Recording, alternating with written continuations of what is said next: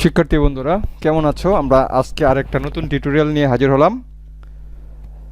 তো আমরা একটু বোর্ডের দিকে তাকাই। বোর্ডে অনেক কিছু লেখা আছে, এত কিছু নিয়ে চিন্তা করা লাগবে না। আমি যেটা বলি সেটা মনোযোগ দিয়ে শুনলেই সব ওকে হয়ে যাবে। আচ্ছা, আমি তার সাথে থাকি। আমি তার সাথে থাকি, এটা ইংলিশ কি হবে? এটা ইংলিশ হবে I live with him.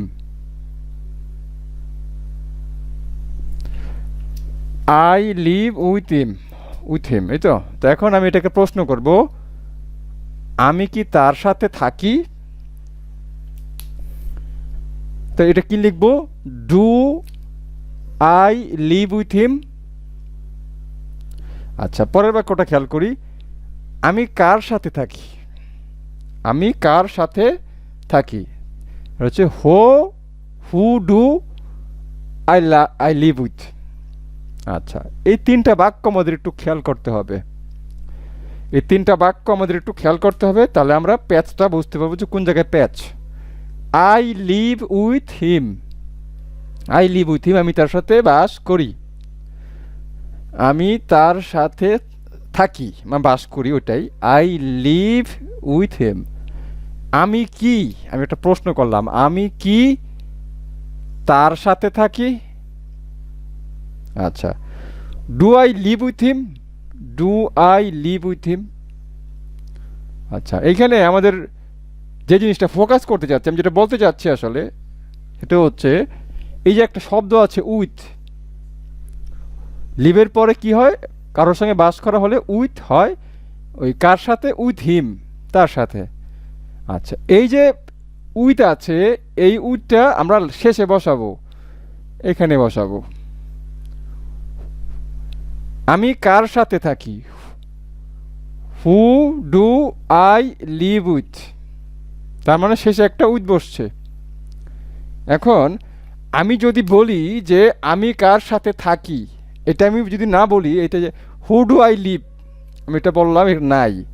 Who do I live, তাহলে এটা কারেক্ট হবে না, সঠিক হবে না, ভুল ইংলিশ হবে।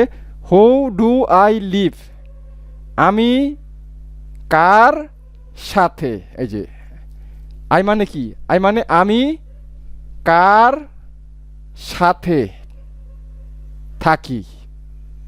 ওকে, আমি কি বোঝাতে পারলাম?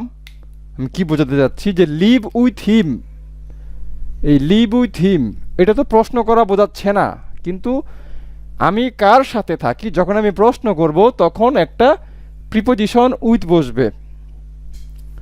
হু ডু আই লিভ উইথ, এই উইথটা শেষে চলে গেল, কিন্তু যখন মূল যে বাক্যটা প্রথম আদিতে যে বাক্যটা ছিল শুরুতে, আমি তার সাথে থাকি, এখানে উইথ কি হিমের আগে বসেছে, হিমের আগে বসলো। আবার যখন বললাম যে আমি কার সাথে থাকি, who do I live with, আমি এটা এখানে যদি বলি যে with who do I live, তাহলে এটা হবে না, ওটা শেষে নিতে হবে। এই হুটা যদি আমি এইখানে বসাই, বললাম যে with who do I live, এখানে আমি উইথ আমি এখানে প্রথমে নিয়ে আসলাম, তাহলে এটা ভুল হবে। আমার যেটা করতে হবে, এটা শেষে বসাতে হবে। হু ডু আই লিভ উইথ।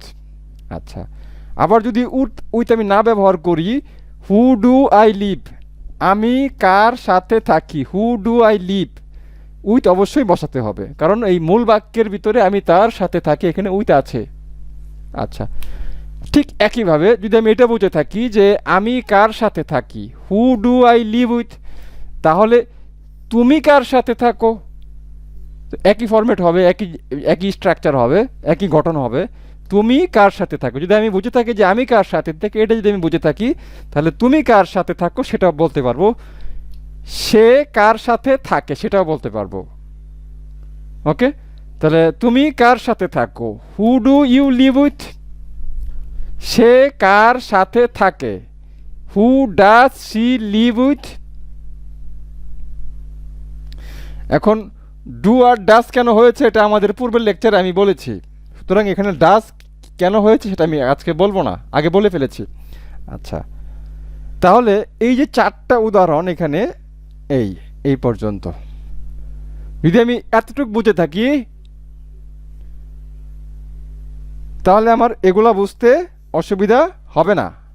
আর যদি এই আমি যে মার্কিং করলাম এই যে এতটুক এতটুক এতটুক এতটুক এতটুক এতটুক এতটুক, যদি আমি এটা না বুঝে থাকি এটা বুঝবো না, যদি এটা বুঝে থাকি তো এটা বুঝবো। তাহলে এইখানে আমরা এখানে খেয়াল করি, তুমি কি চিন্তা করছো, তুমি কি চিন্তা করছো, what are you, what are you, এখানে একটা ইউ হবে, what are you thinking about. এই যে আমি শেষে একটা প্রিপোজিশন অ্যাবাউট বসালাম, আগে আমরা উড বসিয়েছিলাম, এখানে অ্যাবাউট বসালাম। What are you thinking about, শেষে একটা প্রিপোজিশন বসবে। আরেকটা কি আছে, সে কি খুঁজছে, সে কি খুঁজছে, এটা ইংলিশ কি হবে, what is she looking for. শেষে আমরা ফর বসালাম, শেষে আমরা কি বসালাম, ফর। ফর হচ্ছে প্রিপোজিশন। তুমি কি বিষয়ে কথা বলছো, তুমি কি, তুমি কি কি বিষয়ে কথা বলছো, তুমি কি বিষয়ে কথা বলছো, তুমি কি বিষয়ে কথা বলছো, এটা। What are you, what are you talking about. Okay, তার মানে উপর থেকে আসি, লিভ উইথ একটা প্রিপোজিশন বসলো, লিভ উইথ একটা প্রিপোজিশন বসলো, থিঙ্কিং অ্যাবাউট একটা প্রিপোজিশন বসলো অ্যাবাউট, লুকিং ফর এই যে লুকিং ফর বসলো, তারপরে টকিং অ্যাবাউট। তার মানে প্রশ্ন করার ক্ষেত্রে আমরা প্রিপোজিশন সবার শেষে নিতে হয়। আমরা আবার বলি, রিপিট করি, তুমি কার সাথে থাকো, who do you live with, এই যে উইথ শেষে বসছে। সে কার সাথে থাকে, who does she live with, শেষে বসছে উইথ। তুমি কি চিন্তা করছো, what are you thinking about, এই যে অ্যাবাউট, থিঙ্কিং অ্যাবাউট একটা শেষে একটা প্রিপোজিশন অ্যাবাউট বসছে। সে কি খুঁজছে, what is she looking for, একটা ফর বসছে। তুমি কি বিষয়ে কথা বলছো, what are you talking about. তার মানে আমরা যে উদাহরণগুলো আলোচনা করলাম, আমরা দেখলাম যে উইথ বসছে শেষে, অ্যাবাউট বসছে, অ্যাবাউট ফর বসছে, অ্যাবাউট বসছে, এরকম বসবে। ঠিক একইভাবে বলতে পারি যে, আমরা একটু মুছে ফেলি এটা, তুমি কোথায় বাস করো, তুমি কোথায় বাস করো, তুমি কোথায় থাকো, তুমি কোথায় থাকো বা বাস করো। তাহলে এখানেও আমরা একই আচরণ করব, কিভাবে, একই স্টাইল ফলো করব। হোয়ার ডু ইউ লিভ, এখানে একটা প্রিপোজিশন বসাইতে হবে, where do you live in, এই যে একটা ইন বসালাম, where do you live in. আমরা আসলে এই যে ইন, উইথ, অ্যাবাউট এগুলো ফোকাস করতে যাচ্ছি, যে আমাদের প্রশ্ন করার সময় একটা প্রিপোজিশন শেষে চলে যাবে, শেষে, এটা তো শেষে তাই না, এটা শুরুতে এটা শেষে।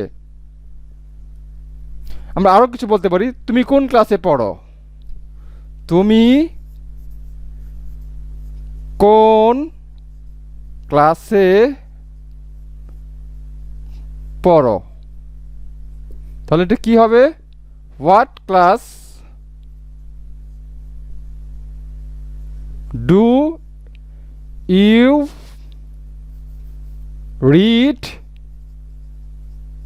In, what class do read in. ঠিক আছে, আমি কি বোঝাতে পারলাম?